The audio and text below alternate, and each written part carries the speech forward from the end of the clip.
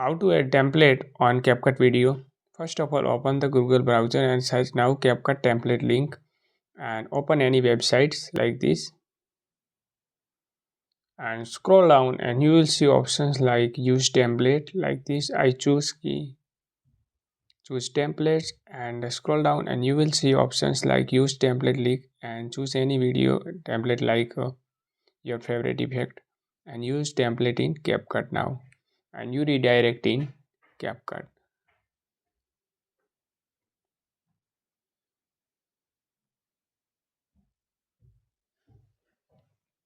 Click here the use template and you redirect in CapCut and choose your video you want to like add templates like this and next button now and video is your expert like this. Just wait a minute and you can see your template is add to successfully your video. So if you found this video helpful, don't forget to like, share and subscribe.